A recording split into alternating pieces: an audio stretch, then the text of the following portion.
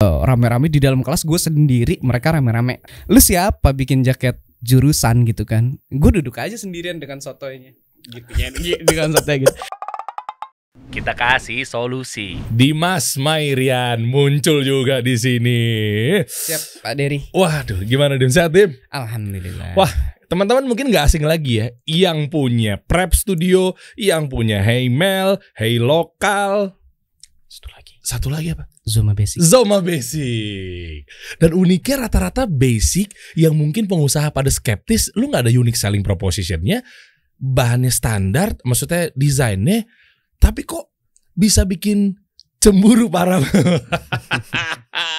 Dan gue mau nanya gini, bener gak lo itu adalah seorang yatim anak tukang gorengan? Dengar dari mana Pak? Jangan dijawab dulu ya. Nah ini ada muncul ini juga nih, lagi rame. Dari nol. Gue ini adalah mulai dari nol. Nah, nanti kita bahas. Apakah memang lu ada di situ atau mungkin privilege orang tua apa segala macam? Gue punya banyak privilege sih, alhamdulillah. Punya banyak privilege. Banyak banget privilege, alhamdulillah. Yang bener loh. Kita obrolin nanti ya. Yes, mantap. Dim, waduh. Aduh, ini banyak banget ceritanya. Gue mulai dari lo kecil dulu deh. Oke. Ya, lu Gimana dari gue kecil kecil dulu. gimana? Kan banyak ada yang bilang katanya dia mah enak bangun prep dengan puluhan miliar. Wah itu merinding, lu dengerin asli teman-teman. Tapi ada juga yang lainnya, aduh macam-macam. Ada yang bilang lu kayaknya dia mah enak anak orang kaya. Ya kan? Nah, terus ada lagi muncul, bukannya dia anak tukang gorengan ya? Yang bahkan nyokap lo sampai sekarang, artinya kalau yatim berarti lo ditinggal bokap dari SD kan? Dari kelas 2 SD. Nah, sampai sekarang nyokap lo masih jualan gorengan? Masih. Gua nggak percaya. Enggak, lo bohong lo. Gue harus gimana? Dibawa atau gimana? Apa di-shoot di video gitu biar percaya? Nanti kita bahas satu persatu. Gue mau munculin dulu dong, bentar dong teman-teman. Nih buat di awal-awal nih bikin lu merinding lah. Prep Studio 1 juta 1,1 tuh followers. Oke, udah pada tahu semuanya ya. Next, Hey Mel Basic 1 juta. Padahal basic. Sementara yang sibuk ngurusin beda sedikit lebih beda, tapi nggak nyampe 1 juta, ada aja dong. Nggak tahu sih. Oke, menurut gue ada. Ini sependek pengetahuan gue ya. Oke. Nah, ini lo bangun udah segede ini, padahal awalnya coba lihat deh, Hey Mel Basic. Nah, 2015 postingan pertama dan modelnya masih lo. Itu gue ya? Lo itu. Jenggot belum numbuh tuh. Fotonya miring masih Pak? Fotonya gak presisi. Asli, nih jujur deh, ini kayaknya bukan fotografer profesional deh. Siapa yang fotoin? Ada temen gue lah. Mantan pacar. Mantan pacar. Sekarang jadi ibunya anak-anak. Mantap. Bini lo berarti yang fotoin? Iya, istri. Makanya agak miring ya. Agak gak presisi. Ya perempuan yang mungkin bukan di bidangnya kan. Nah dan ini juga bajunya baju dari keren ini mah bajunya. Apa? Keren ini. Dari apa? Ada, kalau kalian suka, ada pusat perbelanjaan terbesar di Asia Tenggara tuh ada, namanya Tanah Abang. Abang. Ini produk sana aja dulu, didedelin mereknya. Terus kita foto, kasih nama mail. Tapi barangnya enggak ya, barangnya enggak dikasih label, cuman kita jual di mail ID ini.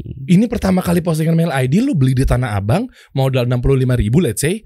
Lu pretelin tuh mereknya lu ganti sama Hey Mel. Enggak diganti. Enggak berani gue ganti. Karena hak cipta kan ya segala macam. Okay. Gue takut aja lah. Jadi kalau orang cuma beli didedel aja, enggak ada mereknya, kosong. Dim lu nol itu Dim. Gimana sih Pak, namanya adanya segitu, mampunya segitu gitu. Kita bahas dari awal. Boleh. SD lu di sekolah negeri. Gue pindah Pak SD. Pertama gue dibilang cukup ada anak orang cukup. Gue sekolah di swasta dulu, kan tahu sendiri kalau swasta kan harganya gak beda tuh ya. Iya dong. Sampai kelas 3 SD, karena kelas 2 SD tuh bokap meninggal. Oke. Enggak, ya udah langsung bus gitu kan. Oh tadinya dari bokap lumayan. Alhamdulillah lah. Serius? Iya lumayan lah, alhamdulillah. Bisa sekolah di swasta gitu, di Jakarta swasta gitu kan. Oke. Lumayan. SD Bakti Tugas dulu namanya. Kelas 4 gue pindah langsung, karena udah langsung nyungsep, bener-bener nyungsep gitu. Pindah ke sekolah negeri biasa, sekolah negeri.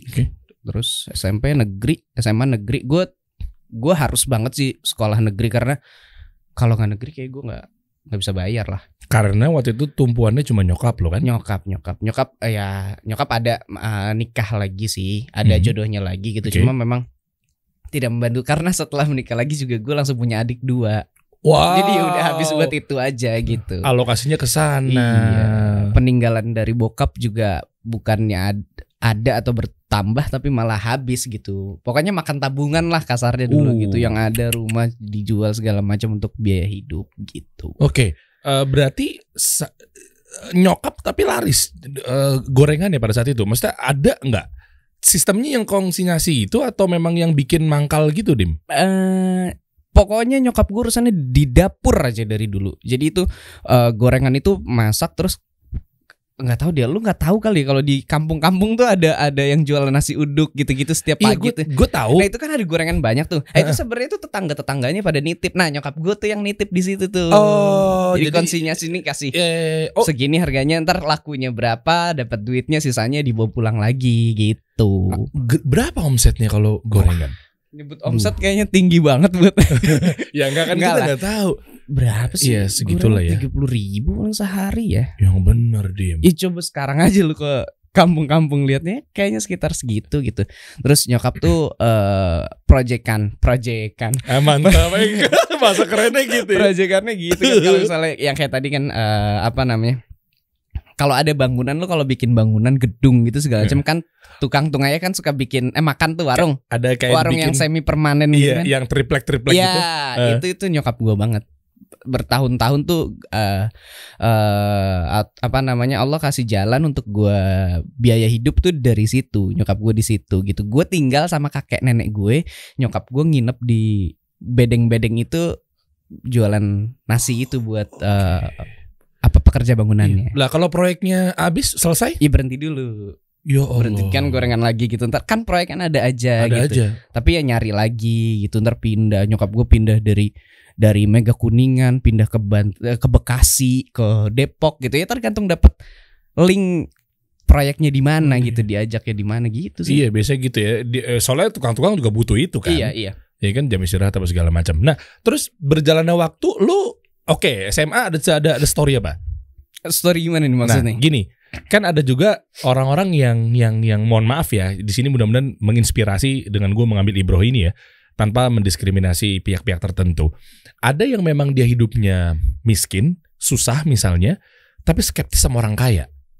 Lo ada di posisi itu nggak? Kalau ada pemilihan presidennya mungkin gue jadi tuh kandidat presiden. Ya kan? Biasanya gitu Dim. Nggak semua, tapi ada orang yang memang hidupnya susah, itu benci banget sama orang kaya. Iya, nggak semua ya. Lo ada di situ kan? Banget ya. Nah, arogansi sih itu. Gue sampai saat ini gue mulai berpikir kalau arogansi itu sebenarnya itu impact sebenarnya. Arogansi itu hasil dari ingin menunjukkan bahwa kamu mampu gitu. Nah, caranya macam-macam. Yang pertama adalah kalau lo memang nggak mampu, ya itu pertama dengan membenci apa yang lo nggak mampu itu, atau menunjukkan diri lo bahwa gue bisa lebih mampu daripada itu gitu. Nah itu timbulnya arogansi sebenarnya sih. Kalau menurut gue itu ya, dan itu yang terjadi gue dulu. Kayak ini kita ambil ibrohnya aja ya. Kayak istri gue tuh dulu mampu banget Pak. Jadi dari SD tuh pokoknya sekolah tuh ya antar jemput, mobil keluarga antar jemput pakai supir, bukan sama orang tuanya. Kebayang dong. Nice. Sedangkan dia tuh kalau sekolah baju lu tahu baju putih sekolah tuh kan? Tahu lah. Kan yang ada yang kuning ada yang biru ya. Nah lu yang putih ke biru-biru banget. Ya baru terus gitu. Kuning. Iya. Lo ada di? Istri gua tuh yang 2 minggu sekali lah beli gitu. Gua satu baju dipakai sampai 1 minggu itu. Jadi abis gua sekolah nih, ya pulang ya gua gantung lagi gitu. Jadi dipakai Senin, Selasa, Rabu, Kamis kan pakai batik ya. Iya. Gitu kan. Nah itu gua pakai terus sampai ya pasti kuning banget Pak. Kuning. Nah bini gua tuh yang 2 minggu sekali tuh beli baju baru. Bedanya gitu loh. Nah gua benci banget sama dia dan teman-temannya. Oh jadi lu kenal bini lu dari SD? Dari SMA. Jadi lu udah tahu nih orang nih, lu benci banget bahwa dengan kaya kaumnya gitu. Iya dengan iya pasti kan gerombolnya kan dengan yang kaya-kaya Iya kan. dong, masa sama gue gitu kan. Iya. Nah terus Terkenal gue cukup terkenal kalau gue yang oposisi banget gitu, yang kayak kalau gue sampai ngasih sebutan untuk mereka gitu, itu namanya anak asik gitu. Jadi kayak wah, Dimas tuh anti banget sama anak asik gitu. Setelah gue sadari dulu tuh itu adalah output dari kekecewaan gue dengan dunia sebenarnya. Kekecewaan gue atas ya gue makannya susah Pak. Gue bisa berangkat kan naik angkot ya. Teman-teman gue naik motor, gue naik angkot ya, banyak juga yang naik angkot. Gue bukan orang paling susah di dunia lah, bukan. Tapi gue berangkat naik angkot. Ada hari-hari dimana ya waktu gue berangkat itu ya boro-boro buat makan siang, buat pulangnya gue udah nggak tahu nih pakai angkot dari mana. Jadi gue nungguin temen gue bareng gitu. Sedangkan bini gue tuh antar jemput naik mobil pakai supir gitu. wah, dan ngeliat depan pelupuk mata lu lagi. Iya dong, itu sampai ya udah akhirnya pelan-pelan mindset dibenerin dengan kenal dengan segala macam. Akhirnya oke, gue mulai menyadari kalau banyak kesalahan gue tidak atas dasar yang jelas, tapi udah itu pergumulan di dalam hati gue aja. Oke. Sih. Nah, akhirnya kenapa lo bisa jadi nyama dia? Itu aja pertanyaan gue. Kalau di FTV kan apa jangan-jangan lo ikutin alur FTV? Alurnya adalah berantem jadian, nikah gitu. Gue nggak tahu sih. Kalau dibilang jodoh, tapi gue melewati fase yang tidak baik ya, dalam tanda kutip kan. Gue dari SMA tuh bareng juga sama istri gue itu dari SMA gitu. Oke. Ya deket biasa sih, deket sekelas gitu. Terus ya gue tuh kan gue benci ya Pak, karena gue merasa mereka tinggi banget posisi, nggak mungkin dong gue deketin gitu. Ya ada aja jalannya, ternyata si miskin ini yang dideketin gitu. Yang bener loh gitu. Gue pikir stigmanya lo tau gak sih kalau yang miskin kaya, lo ngedeketin biar lo dapet enggak lah uangnya. Wah, itu menarik tuh. Gue tuh orangnya penuh dengan gengsi Pak. Penuh udah miskin gengsi? Bukan main. Itu bukti impact lagi dari gue tuh nggak mau kelihatan miskin. Gue kalau punya duit 3.000 perak nih Pak, kalau punya duit 3.000 perak dibanding gue beli mie goreng yang bikin kenyang, gue pilih beli air mineral botol. Karena nggak ada orang miskin tuh jajan air mineral botol tuh nggak ada. Paham nggak? Ngerti banget. Jadi gue lawan gitu. Lo lawan. Mendingan gue lapar tapi gue tetap kelihatan gue punya air mineral botol. Orang kan air mineral tuh kan bawa ya. Iya. Gue nggak mau bawa gitu. Gue beli gitu. Gue beli minum. Iya, biasanya kan dia bawa dari rumah. Ya gratisan airnya di rumah. Kalau gue beli, karena orang yang beli air mineral dalam tanda kutip asumsinya udah pasti lu bisa beli makannya gitu. Minumnya aja lu Aqua iya, gitu betul kan. lah. Tapi kan lu nggak bisa. Orang-orang taunya lu naik angkot. Ya naik turun lah Pak. Maksudnya gue gue bodoh aja gitu. Pokoknya gue memaksakan gue nggak mau terlihat miskin gitu. Oke. Gue tuh gue 3 tahun sekolah SMA, dari SMP sih 6 tahun gitu. Paling banyak dalam satu semester tuh gue beli buku cetak tuh 2-3. Kan buku cetak tuh harganya cuma 17.000, 28.000 gitu ya. Enggak, gue nggak beli. Lah emang boleh dari sekolahnya kalau nggak beli? Ya nggak boleh, berantem aja terus aja gitu sama guru tuh, ada aja masalahnya gitu. Dan kayak tadi gitu ya, istri gue kan ada gitu. Ya gue nggak mau kalau dikasih bukunya. Sampai dia suka sok-sok beli buku waktu mau ujian akhir gitu kan, ada buku yang isi ujian gitu ya. Iya. Dia sok-sok beli terus ngisi, sok-sok aku nggak bisa pakai nih, kamu aja yang pakai gitu. Ya kayak gitu baru gue terima tuh. Ya elah. Kalau dibeliin, nggak bisa. Nggak bisa, gengsi. Gila lu, masa gue dikasih kan? Gengsi gue, masya Allah, luar biasa. Ya. Dan gak semuanya orang yang susah kayak gitu kan? Enggak lah. Dan itu menyulitkan diri sendiri sih. Berarti lu kena mentalitas dong? Mental banget Pak. Oke. Susahnya tuh selain ekonominya susah, pola hidupnya juga. Gue kan tinggal sama kakek nenek. Tinggal dengan seorang kakek yang umurnya 70 tahunan. Terus waktu gue kelas 2 SMP nenek gue meninggal. Jadi gue tinggalnya berdua nih. Ada kakek-kakek sama anak SMP. Lu bisa diajarin apa sih sama kakek-kakek usia 70 tahunan di masa kini ya? Beda kalau di zaman Rasul masih gagah-gagahnya mungkin gitu kan. Betul. Ada gitu. Ya zaman sekarang kakek-kakek 70 tahun ya gimana gitu. Lah nyokap lo? Nyokap kan tadi masih keliling gitu. segala macam. Dan ketika berhenti pulang, beliau nggak bareng gue, beliau bareng keluarga barunya. Oh iya. Gitu. Ayah sambung ya. Ya gitu. Gua Nah itu juga tinggalnya di daerah Depok. Gue di Jakarta. Dibanding gue enak di Depok, bukan ibu kota, gue milih tinggal sama kakek gue, yang penting gue di Jakarta. Kena lagi tuh gengsinya. Capek nih kalau ngeliat gengsi gue dulu tuh capek banget. Oke, SMA, kampus. Lu D3 S1? D3. Alasannya? Ya biar cepat bisa nyari duit dong. Apalagi orang kerja. D3 kan nyari biar bisa cepat kerja kan. Iya bener. Nah tapi menariknya gini, mundur dikit deh, kayak SMA kan ada jaket angkatan misalnya. Ya gini, sebelum ke jaket angkatan, lu tuh termasuk di SMA dengan lu kondisi yang susah apa segala macam, tapi lu memposisikan diri lu tuh yang kayak gimana? Anak nongkrong atau mungkin orang yang memang famous, terkenal di situ, atau memang tawuran banget, atau yang seperti apa, sehingga gue pengen ngukur gini sih, sosok leadership lo itu tuh tumbuh di mana, kapan? Nah itu sebenarnya. Mungkin karena yang tadi itu ya, cerita-cerita tadi, kondisi gue gimana, gue kerasnya, gimana gue gengsinya gitu, itu jadi warna kali buat gue ya. Kalau positioning gue di SMA gitu ya lumayan lah, gue nongkrong karena di rumah juga nggak ada apa-apaan, nggak punya mainan kan, jadi anak nongkrong. Waktunya sekolah-sekolah, waktunya tawuran gitu. Waktunya tawuran, waktunya apa ya? Ya lumayan lah. Gue punya beberapa legacy yang memalukan lah di SMA tuh. Punya beberapa legacy. Apa tuh? Ya kalau di SMA nih misalnya nih ya contohnya. Ya mudah-mudahan misalnya ada yang denger nih, ada yang denger di SMA 38, gue SMA di 38 Lenteng Agung situ. Oke.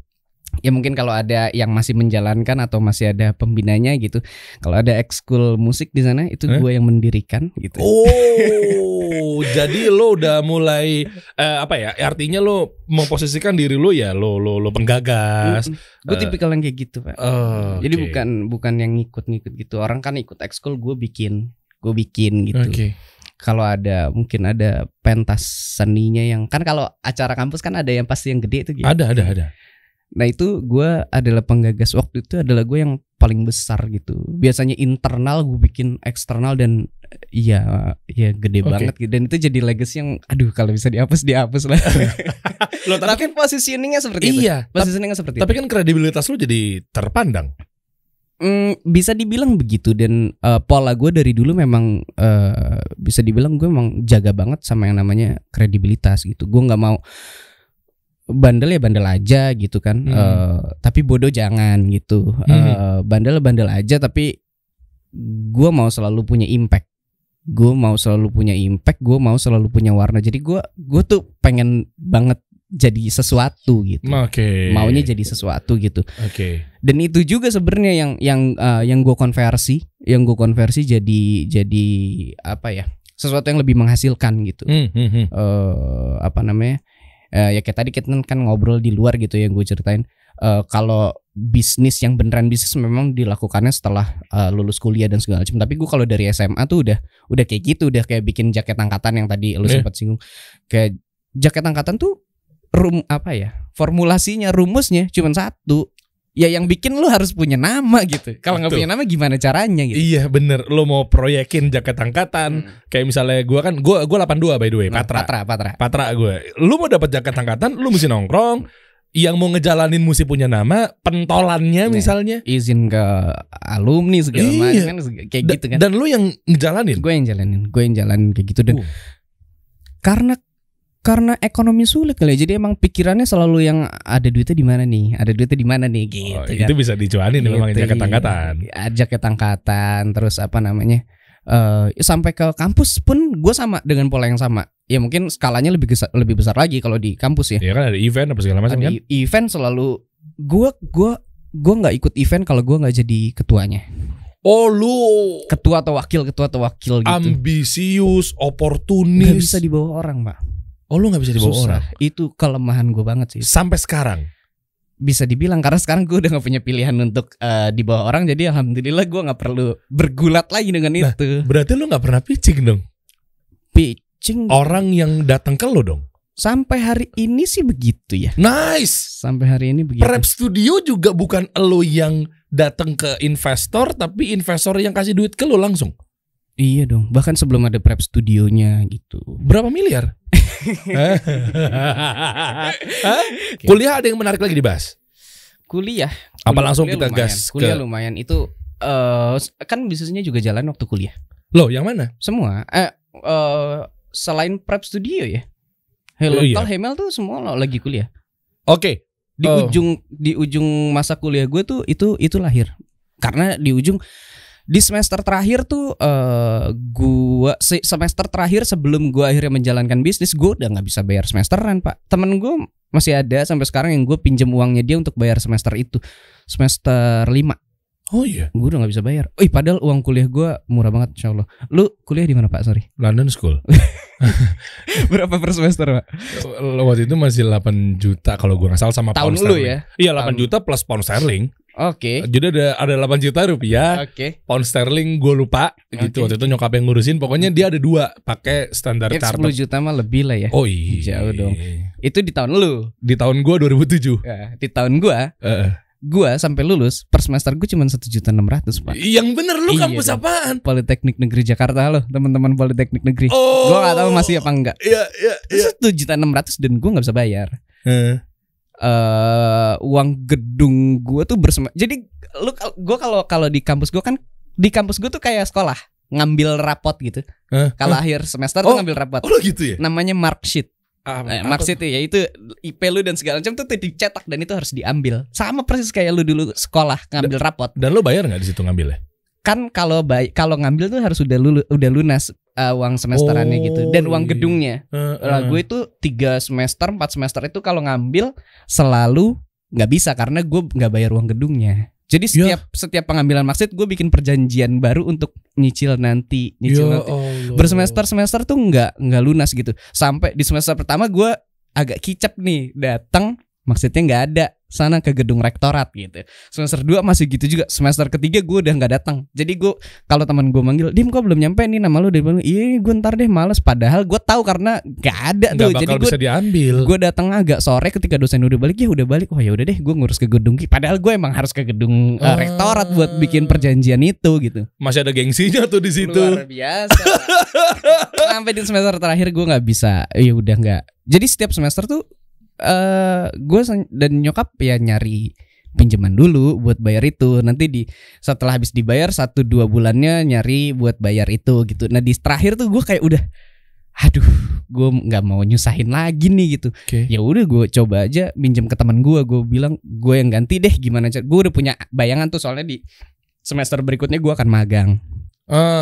Magang tuh nggak dibayar orang-orang, tapi gue udah yakin banget gue harus dibayar, gue harus dapat magang yang dibayar gitu. Emang kan ada Dim magang yang dibayar?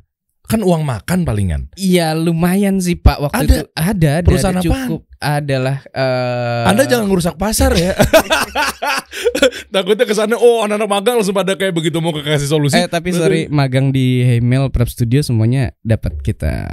Lo jangan mancing-mancing. Lo jangan rusak harga pasar, Dim. Anak-anak kampus ini mungkin Dimas bercanda lah. Ya tapi Ya uang makan ada kok. Gaji bulanan. Oke, kita stop dulu ya, kita lanjutin obrolan yang lain. Sorry, magang di tempat gue bonus aja ada Pak. Oke, kita bahas dulu ya. Dulu tuh gitu. Tapi paling kerjanya nggak ribet kan? Kerjanya ribet disuruh kan? Ikut.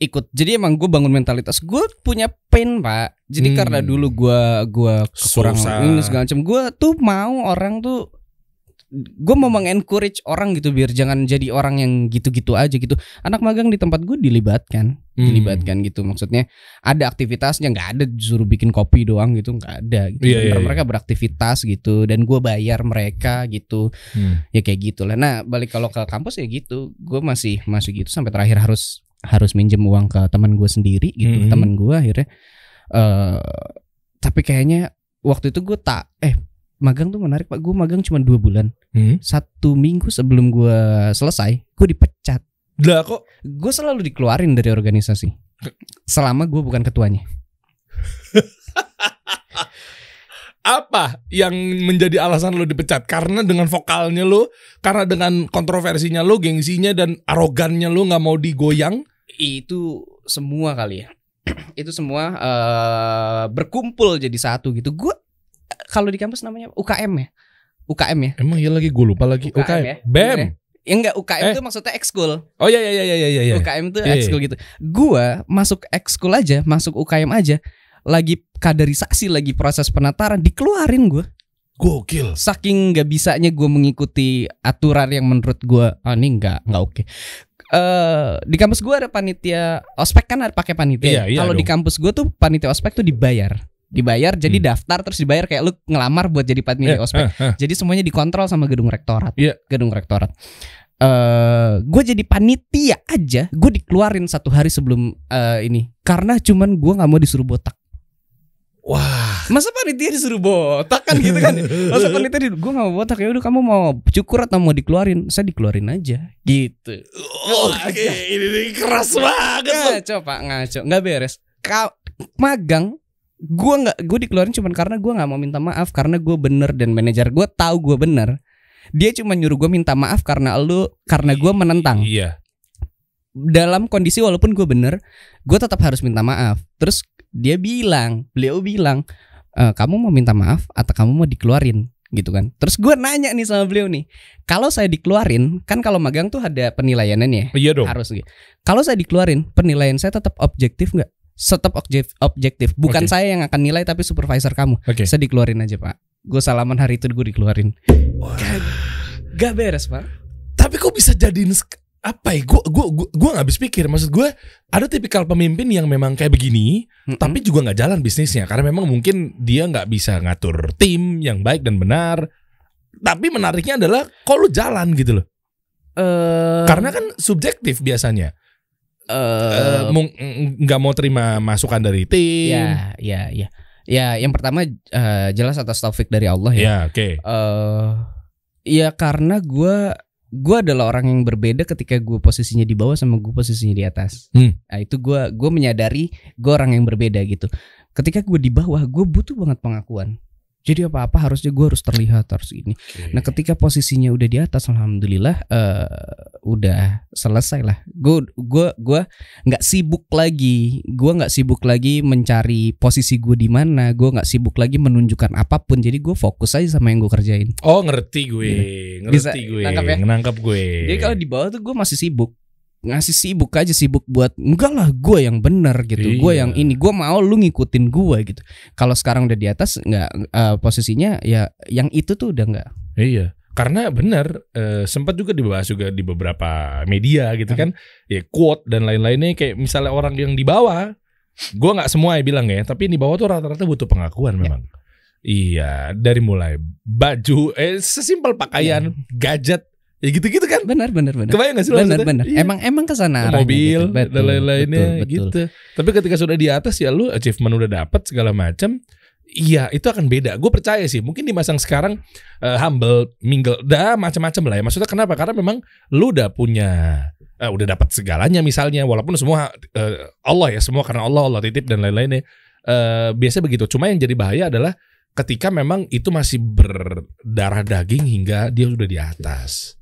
Iya. Nah, itu tuh ada itu kan PR banget itu. Karena itu sebagian parah. Ada yang tetap ya. Iya, benar. Kita nggak pungkir ada yang tetap kayak gitu. Nah, ini lanjutin menarik. Akhirnya lo kepikiran buka duluan tuh email. Lokal. Oh enggak, gue dulu jualannya balon. Bukan clothing. Coba awal deh, cerita awal bisnis. nih ya. Oke, lo putuskan bisnis di tahun berapa dengan modal berapa? Oke, gini. Ini seru berkaitan sama yang magang tadi. Oke. Itu partner gue yang tadi gue ajak main itu, Dennis tadi itu. Itu bagian dari cerita ini. Gue dipecat hamin seminggu dari waktu magangnya selesai. Harusnya kan 2 bulan. Cuma 2 bulan aja gue gak berhasil pak. 2 bulan aja lu gak berhasil. Saking batunya orang itu. Gue dikeluarin. Wah gue langsung panas banget tuh. Emosi gue panas banget. Itu gue udah lagi jalan project jaket di kampus. Kalau di SMA gue bikin jaket angkatan, di kampus gue bikin jaket jurusan pak. Jaket jurusan. bukan jaket kampus. Gue disidang sama iya benar, bukan jaket kampus, bukan jaket angkatan. Bukan jaket angkatan jurusan. Tapi gue disidang sama ya dalam sidang informal lah sama teman-teman seangkatan gue gitu. Rame-rame di dalam kelas, gue sendiri, mereka rame-rame. Harusnya sih masih pada ada nih. Gue ditanyain, lu siapa bikin jaket jurusan gitu kan? Gue duduk aja sendirian dengan sotoynya. gitu ya di konsepnya gitu. Ya di sidang gitu gue. Apa namanya? Ini kan ranahnya apa sih? Himpunan mahasiswa gitu kan begitu. Dan gue tahu waktu itu himpunan mahasiswa gue bikin jaket yang ikut gak nyampe 100 atau 100 gitu. Sedikit banget. Gue di situ dengan angkuhnya waktu itu gue bilang, ya udah lu bikin aja lagi jaket jurusan atau apa. Kalau jumlah yang ikut di lu lebih banyak dari yang bikin di gue, jaket lu gue yang bayarin. Wah, ini gue gitu banget Pak. Parah banget Dim. Dan gak berani ya, tetap gue yang, alhamdulillah waktu itu gue yang berhasil. Tetap lo yang berhasil. Banyakan gue yang bikin. Akhirnya jalan gitu, walaupun dengan kontroversi di mana Dimas tuh oportunis banget gini. Ya emang iya gitu. Emang iya benar gitu. Ujungnya apa? Karena ada cuan di situ. Gue butuh cuan. Nah itu yang buat bayar semester terakhir tuh akhirnya pakai itu, nggak pakai duit magang. Wah, nih gue menarik ya. Di luar dari oportunis lo, di luar dari arogansi lo, artinya memang goals untuk lo ya butuh Pak. Bisnis tuh ada ya, dagang tuh ada ya. Itu kan poinnya kan yang gue bisa dibilang begitu. Kan sehingga maksudnya mental orang sekarang yang mau bangun usaha tuh bukan gara-gara lu kejebak pandemi terus lu panik jadi pengusaha kemarin sore. Ya kan, aduh panik nih kayak semua pada bisnis nih. Gue ikutan gitu kan. Nah ternyata sementara mungkin umurnya nggak panjang apa segala macam. Nah maksud gue, lu itu berarti di luar dari yang tadi ya. Mungkin yang lo sendiri menganggap negatif gitu. Ternyata memang lu jiwa dagang nih. Udah jalan lumayan gitu. Tapi model dagang yang beda. Gue tuh nggak bisa Pak kalau disuruh. Dulu kan gue kalau di kampus kan ada yang suka jualan kue segala macam gitu. Gue juga dulu kalau lagi bikin acara pensi segala macam, gue nyuruh tim untuk jualan gitu. Guanya mah nggak mampu. Ya gitu nggak bisa gue. Nggak bisa gue. Karena gengsi. Nah tapi gue membuat yang gue maunya yang lebih besar gitu. Yang impactnya lebih besar gitu. Gue nggak bisa tuh ngerjain yang kayak gitu tuh gue. Gue dapet kemampuan. Selain gengsi, memang untungnya juga kecil. Gue ngitung banget Pak. Kalau untung kecil nggak masuk gue gitu. Oke. Gitu. Dan ke bawah sampai sekarang. Saham. Kok nanggung Anda mau ngomong? Kan kurang lebih gitu lah. Ini kan bukan ranah oportunis ya, ini ranah lebih ke marginnya. Numbers aja gitu ya. Kayak gitu ya, begitulah kurang lebih gitu. Terus gue yang tadi balik ke cerita yang tadi gitu. Bisnis awal apa ya gitu. Nah itu tadi gue nyelesain itu. Tapi kan itu bukan bisnis yang berkesinambungan dong. Lah gue abis itu udah gak bisa bikin jaket angkatan lagi kan, gue lulus abis itu. Iya betul. Itu enggak yang panjang. Hari itu gue dikeluarin dari kantornya nggak apa-apa kayaknya gue sebut juga Samudra Indonesia, mudah-mudahan manajer gue juga nonton gitu. Iya. Mau banget gue silaturahmi sama beliau. Gue pengen banget, namanya Pak Teddy, mudah-mudahan nonton gitu ya. Iya. Okay. Nah itu gue dikeluarin sama beliau. Hari itu gue panas banget Pak, rasanya panas banget. Terus gue ngajak sama Dennis, kita harus bikin. Gue nggak bisa kerja sama orang, gue bilang gitu. Gue harus bikin bisnis gitu. Pasnya qadarullah, gue tuh sempet ada pisah sama yang sekarang jadi istri gue nih. Dulu sempet pisah tuh waktu kuliah. Karena ekonomi juga. Beliau dan keluarganya ya akhirnya sadar kalau keluarganya lah yang sadar kalau ya nggak oke nih masa depannya nih gitu. Diupayakan untuk dipisahkan dengan narasi-narasi masih sekolah dan segala macam gitu. Ya memang bener juga sih, emang nggak boleh gitu kan. Tapi saat itu kan yang gue sadar, ini gara-gara ekonomi gitu. Akhirnya memang dipisahkan. Dan lagi-lagi ya istri gue ini dulu ngelihat sesuatu di gue gitu. Jadi istri gue tuh dulu jualan duluan Pak. Jualan cupcakes. Cupcakes gitu. Kan sempat rame tuh. Itu 2013 nggak rame sama sekali, dia doang kayaknya dulu yang jualan. Itu 2013 Pak. Yang rame itu 2017 sih. Iya udah kesana. 2013. Gua aja underestimate dia, maksudnya. Iya apaan lu jualan gituan gitu. Cupcakes Pak. Dan tulisannya happy birthday biasanya. Gitu kan. Maksudnya iya siapa sih yang mau beli gitu. Mendingan gue apa gitu kan. Jalan Pak. Dia bisa beli mobil. Gokil. Beli mobil gitu kan. Nah di situ ada demand untuk bikinin event. Kan kalau acara party gitu kan ada party planner ya, party planner. Dia nggak punya kemampuan sama sekali. Dia cuma pedagang, beneran pedagang gitu. Dan dia tahu kalau gue itu core gue gitu. Itu gue kan bikin event tuh setiap bulan gitu kan, ada aja gitu di kampus gitu. Terus dia sambil deketin lagi buat, kamu mau nggak jalanin yang ininya party planner ya? Aku bener-bener nol, bukannya bisa tapi nggak bisa sama sekali gitu. Gue sama Dennis yang biasa ngerjain event gitu, ya udah gue ambil gitu. Set gue kerja sama dulu, cuman dapat satu event, untungnya kecil banget Pak. Lah kok bisa? eventnya ngerjain nyiapinnya tuh 2 minggu 3 minggu gitu kan. Dapat untungnya waktu itu paling udah 700.000 pas juta. Buat gua waktu itu enggak nih, kurang gitu. Dibagi bertiga gitu kan ya. Enggak masuk nih gitu kan. Terus gua ngitungin, oh ini alat perintilannya kalau dijual terus bisa lebih masif, ini lebih gede gitu kan. Akhirnya gue konsep lah segala macam tambahin produk baru. Akhirnya gue menemukan jenis-jenis produk baru yang sebelumnya nggak dijual sama si istri gue ini. Gue bilang, nih gue bisa bikin ini, lu jual di sana, gue juga jual. Jadi kita punya 2 toko online yang berbeda. Tapi dia nyuplai sesuatu yang dia punya ke gue nyuplai sesuatu yang dari gue ke dia. Udah jalan tuh, mulai tuh dagang-dagangnya. Jadi supply demand-nya udah rapih tuh. Ya dari situ mulai akhirnya kita sama-sama jalan. Dulu dia namanya Istana Cakes, gue namanya Cover Plan dulu tuh.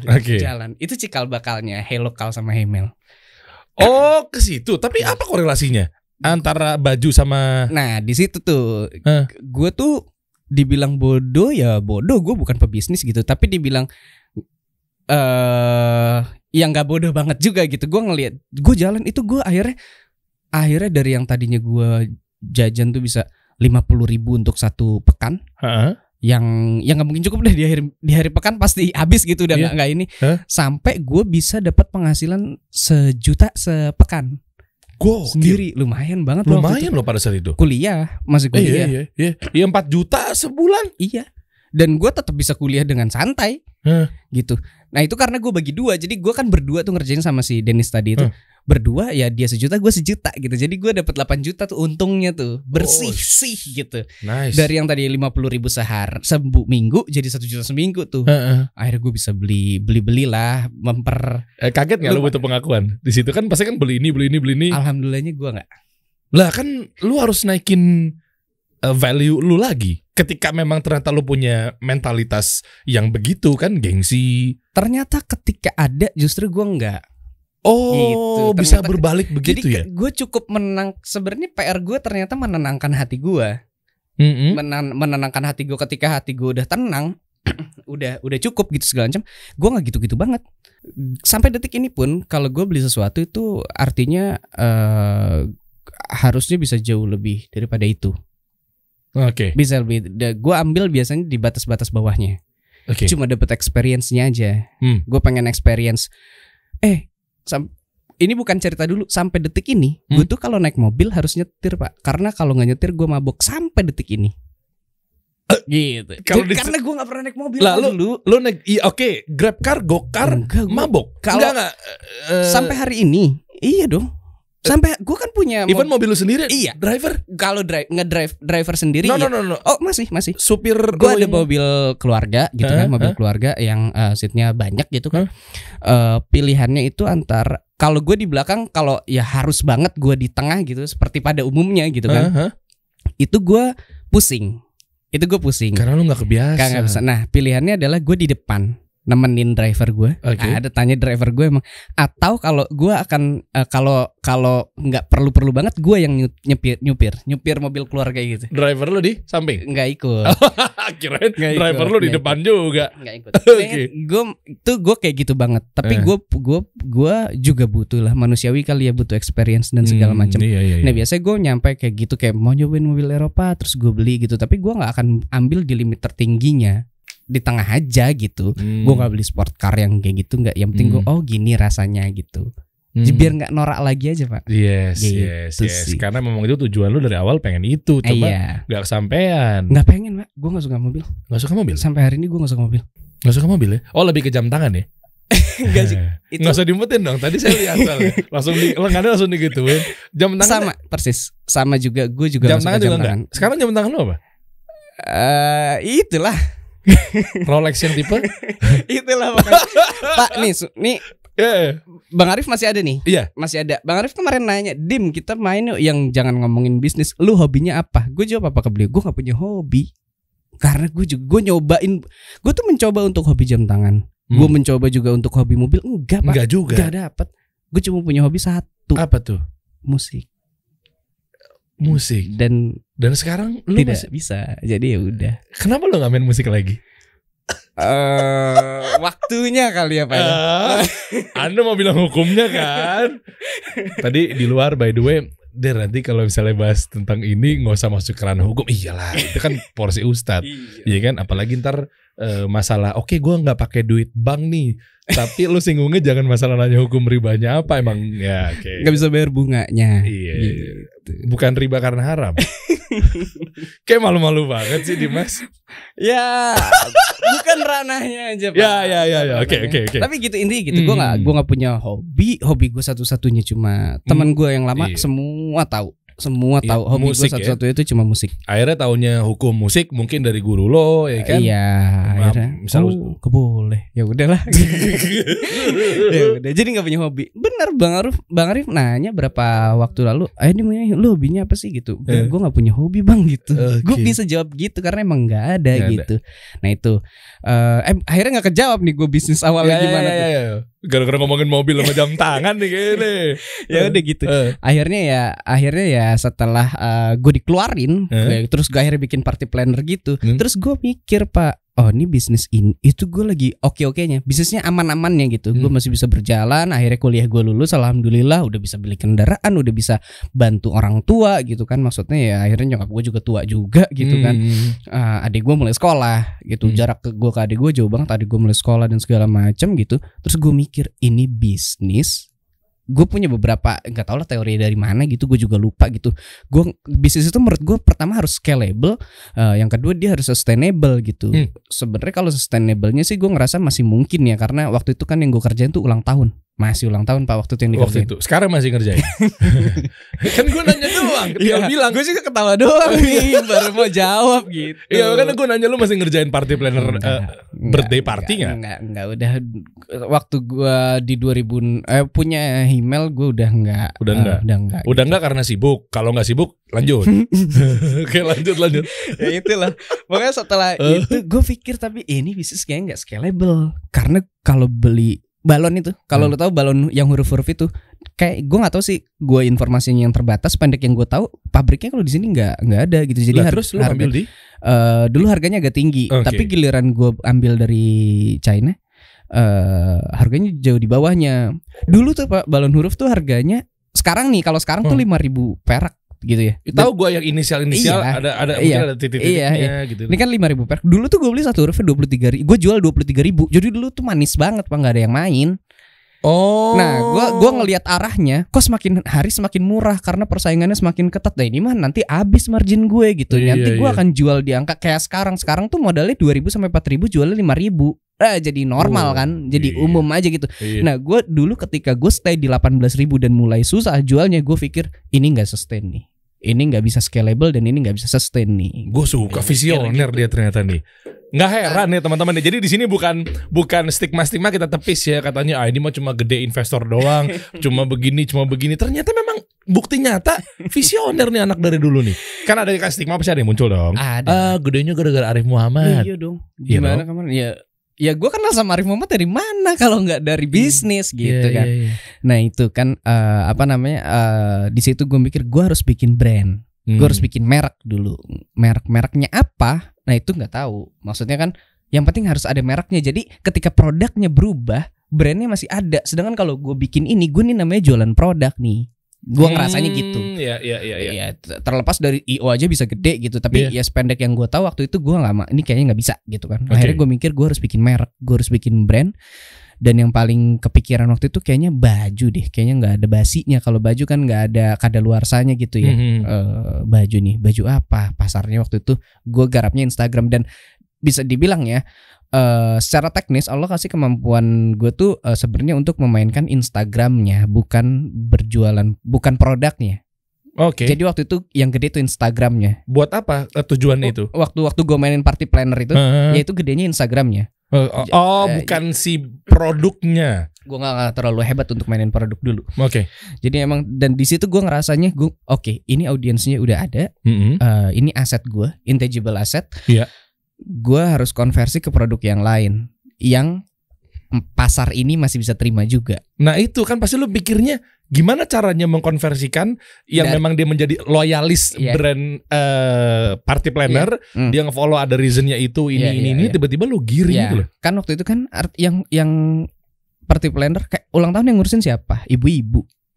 Kalau konten kan kayak kan balon huruf itu kan kayak buat wisuda itu kan juga biasanya yang beli repot-repot siapa? Cewek gitu kan. Pasti yang beli, yang cowok kan patungan doang gitu kan kalau mau bikin itu.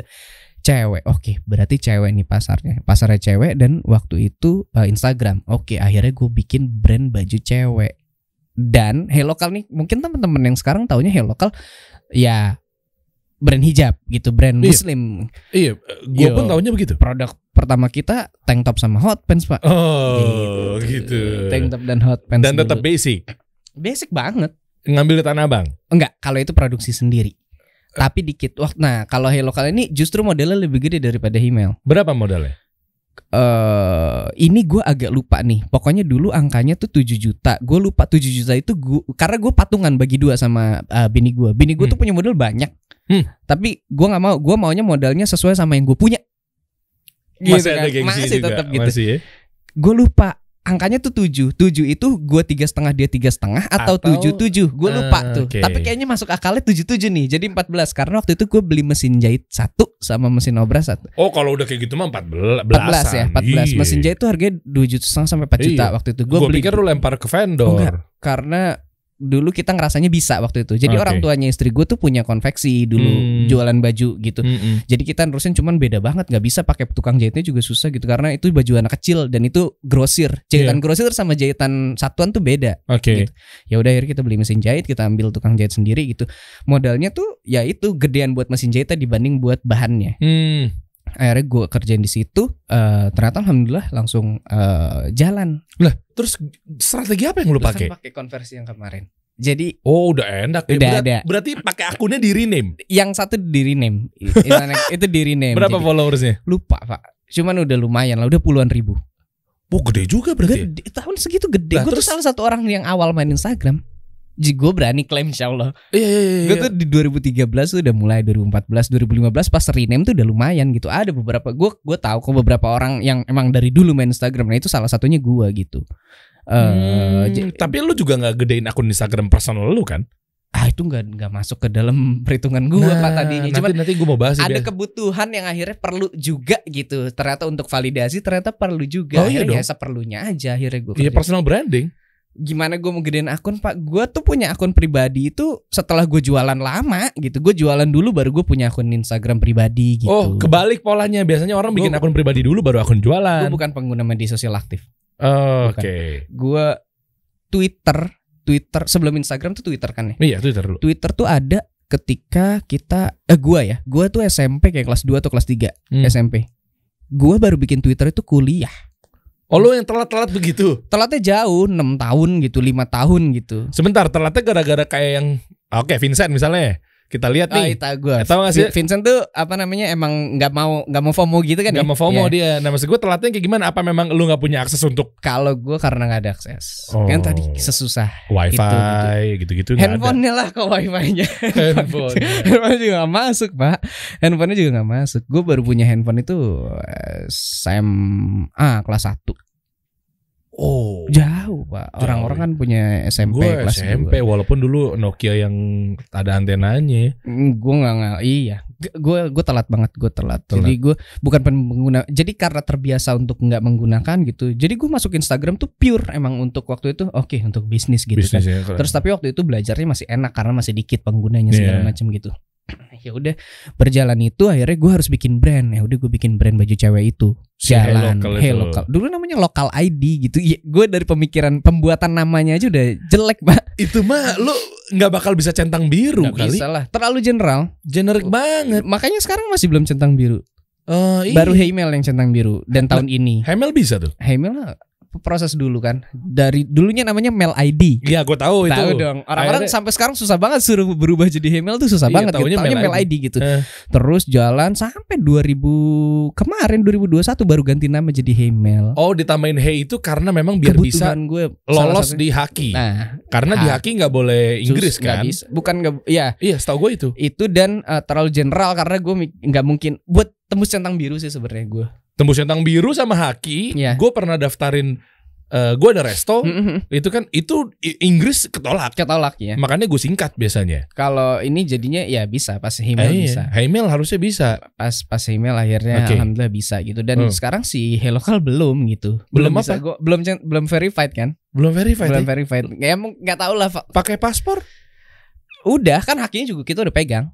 Tapi memang belum rezekinya. Belum rezekinya. Lu pakai apa kalau untuk centang biru? Caranya aja. Apply aja. Kan paspor apa namanya apa merek itu apa sih namanya akte merek itu iya. Kan, akte merek itu sama artikel yang ada kan banyak artikel dimasukin tapi memang belum aja kali pas email udah email tembus gitu kan. Ya maksudnya gue sebodoh itu dulu bikin nama aja nggak dipikirkan itu gitu. Artinya berarti teman-teman nggak usah berkecil hati. Lo nggak punya skill yang tinggi, lo nggak punya wawasan yang jauh. Ternyata lo aja nggak ngerti itu dulu waktu bikin brand. Saya nggak ngerti itu. Kalau teman-teman yang ngikutin gue tahu kemarin 2020 Zoma Basic patennya diambil orang. Wow. Ada diambil orang patennya di. Terus? Tapi akhirnya disu. Enggak. Ternyata orangnya ada respect sama gue gitu. Ketik dia butuh gue yang menghubungi. Asik. Dan ketika gue menghubungi, nggak ada denda, nggak dia nggak minta ini, nggak minta terus, ini. Ya udah dikasih tapi bayar biayanya sendiri gitu. Berapa banyak? Enggak, bener-bener kayak bikin biasa. Habis kita harus 10 juta bikin PT gitu segala macam kan 7 juta ya. Gitu ya? Gue cuma habis 10 jutaan kan artinya dia emang nggak ngambil untung dari itu. Jadi dia kayak mungkin kayak butuh gue untuk menghubungi sendiri aja gitu. Oke, ngerti gue. Gue pikir kayak kasusnya Ruben Onsu digeprek itu. Kalau itu pas dicek, kok dia follow gue gitu. Terus dia follow semua jualan gue gitu. Terus ada rekomendasi, coba mas, lo yang hubungin sendiri. Oke, gue coba hubungin gitu. Baik banget, insya Allah. Cuman iya nih, saya suka sama namanya. Terus ya gue bilang, ya tapi itu punya saya, udah jalan. Boleh nggak saya minta lagi? Oh iya boleh mas, kita akhirnya dikasih aja udah. Alhamdulillah emang itu Allah mudahkan di situ. Iya. Tapi itu teguran buat gua. Kenapa? Ya karena waktu itu belum beres hakinya dan segala macam. 2020. Wah telat ya. Jauh pak. Udah jalan kemana tahu. Udah ratusan ribu followersnya. Itulah pada minim edukasi. Kalau gua mau buka tuh gua daftarin dulu. Gua ngecek dulu ada yang sama apa enggak. Kasih solusi aja sebelum kita launching gas. Udah itu ya? Iya. Boro-boro launching podcast kan gua udah daftarin dulu. Takut lah. Enggak lah, gue minum. Makanya bener tuh untuk teman-teman yang memang ngerasa yang nggak bisa tuh jalan aja pak. Gue dengan gue bikin Hello tadi aja email pertama posting 2018 kan, 2015 kan September tuh itu kan. Coba kita lihat lagi. Sampai apa sampai pertama? Sampai di 2020 baru gue rapihin segala itu. Nih, September. Iya. 2015. Email masih begitu, Tanah Abang pertama. Dan di blog gitu ya. Coba back dong. Gue mau lihat postingan-postingan yang enggak, ini close. Coba close. Nah, tuh masih begini ya. Ini mah udah bagus, Pak. Ini kalau di enggak. Bukan fotonya, apa sih bajunya? Iya. Bajunya masih Tanah Abang kan? Ini semua masih Tanah Abang. Oke. Gue mau lihat transitionnya, coba lihat. Ini kan yang selebgram itu kan cowok itu tuh. Iya, ada selebgram. Ini artis nih. Ini karena temen. Yang mana artis? Ini Reval Hadi. Oh iya. Gali dan Ratna apa segala macam. Iya tahu gue. Dia main bola film. Juga enggak sih kalau bola mah film. Lupa gue. Ini partner gue. Kita foto-fotoan aja tuh. Gue masih nampil tuh. Oh iya ini bener. Nah terus gue ada fase upgrading di sini. Gue mulai produksi sendiri. Oke. Upgrading itu gambarnya mesin jahit tuh pak. Oh iya. Nah ini gue produksi sendiri. Tapi masih dengan style yang sama. Flannel juga, tapi gue produksi sendiri gitu. Bedanya apa? Kan di Tanah Abang juga ada yang mirip-mirip kayak gini. Margin lo bisa lebih gede. Nih, ada nih spesifik untuk teman-teman yang bisnis fashion ya, clothing. Nih, coba turun sedikit, Mas. Turun. Sorry. Oke. Kalau di sini itu tuh bagian kantongnya tuh masih nggak simetris. Yang mana yang ini? Yang kantong. Iya, yang bawah-bawah ini. Kantongnya nih lihat nih, Pak. Nih, lihat kantong. Lihat kantong nggak? Nih, kantongnya tuh. Kan nggak nyatu kan? Iya, nah, betul. Masih itu tuh nggak bisa. Kalau lu belinya di grosiran itu tuh random gitu. Maksudnya nggak diatur gitu. Coba back close. Coba naik yang pas udah mulai. Ini gue produksi sendiri, lihat kantongnya. Ajib. Nah itu upgrading. Ajib. Pelan-pelan tuh 2016. Oh iya. Pelan. Karena lebih rapi. Karena kalau lu beli cuttingnya gue yang pilih. Oh cuttingnya lu yang pilih. Cuttingnya gue yang pilih. Gue ini ada nggak cocok gitu. Gue lumayan perfectionist orangnya. Oke. Ini nggak cocok terus. Close. Dan gue sambil ngasih tahu, sambil upgrading, sambil gue kasih tahu ini lo upgradingnya gitu terus naik lagi. Oh ya, gitu. Ini fotonya mulai bisa foto di luar, di kafe gitu. Ya akhirnya naik sampai jadi yang kayak Coba. Oh gitu strategi. editannya udah mulai di sini nih naik banget. Oh nih, ini Pak. udah naik banget nih. Ini waktu Pak Presiden waktu itu heboh banget bomber jacket. Nah kita salah satu yang riding the wave di situ gitu. Oh, Kita jualan. Nah akhirnya gue bisa foto studio tuh Pak. Nah, Iya bener. Ini tahun berapa? Coba bukan dong. Tolong. November 2016. 1 tahun. Cepet gila. Lumayan. Bagus loh, Dim. Lumayan. Iya. Maksud gua Akhirnya bisa bayar model profesional, bisa foto studio gitu. Set. lo apa namanya? Channel distribution jualannya tuh maksudnya lewat apa? Shopee. Full Instagram. Instagram. Waktu itu di sini gue nyobain Shopee. Yang bawah dari bawah pertama kali yang Tanah Abang. Di awal tuh pakai Line langsung. Kalau sekarang kan WhatsApp. Iya. Dulu tuh Line. Di 2014 2015 tuh awalnya Line. Oke. Line dulu gitu terus masuk Demam Marketplace. Gue masuk Marketplace gitu sampai di satu titik gue ngerasa nggak oke nih Marketplace nih. Karena Karena langsung masuk Pak. iya betul. Kan nyangkut dulu ya. Nyangkut Duit dulu. terus terlalu banyak nggak bisanya segala Kan macam. ada potongan juga kan? Potong. Dulu mah belum lah. Belum memang. Loh, gue waktu zaman gue dulu di Marketplace ya belum ada potongan. Oke. Belum ada potongan. Kan di awal masih bakar duit ya. Iya betul. Ya udah terus waktu Iya, itu gue tuh tipikal yang merespon kegelisahan ya. Waktu itu ada kegelisahan kayak karena duitnya masuknya telat lama gitu gue jadi nggak bisa bayar vendor gitu kan.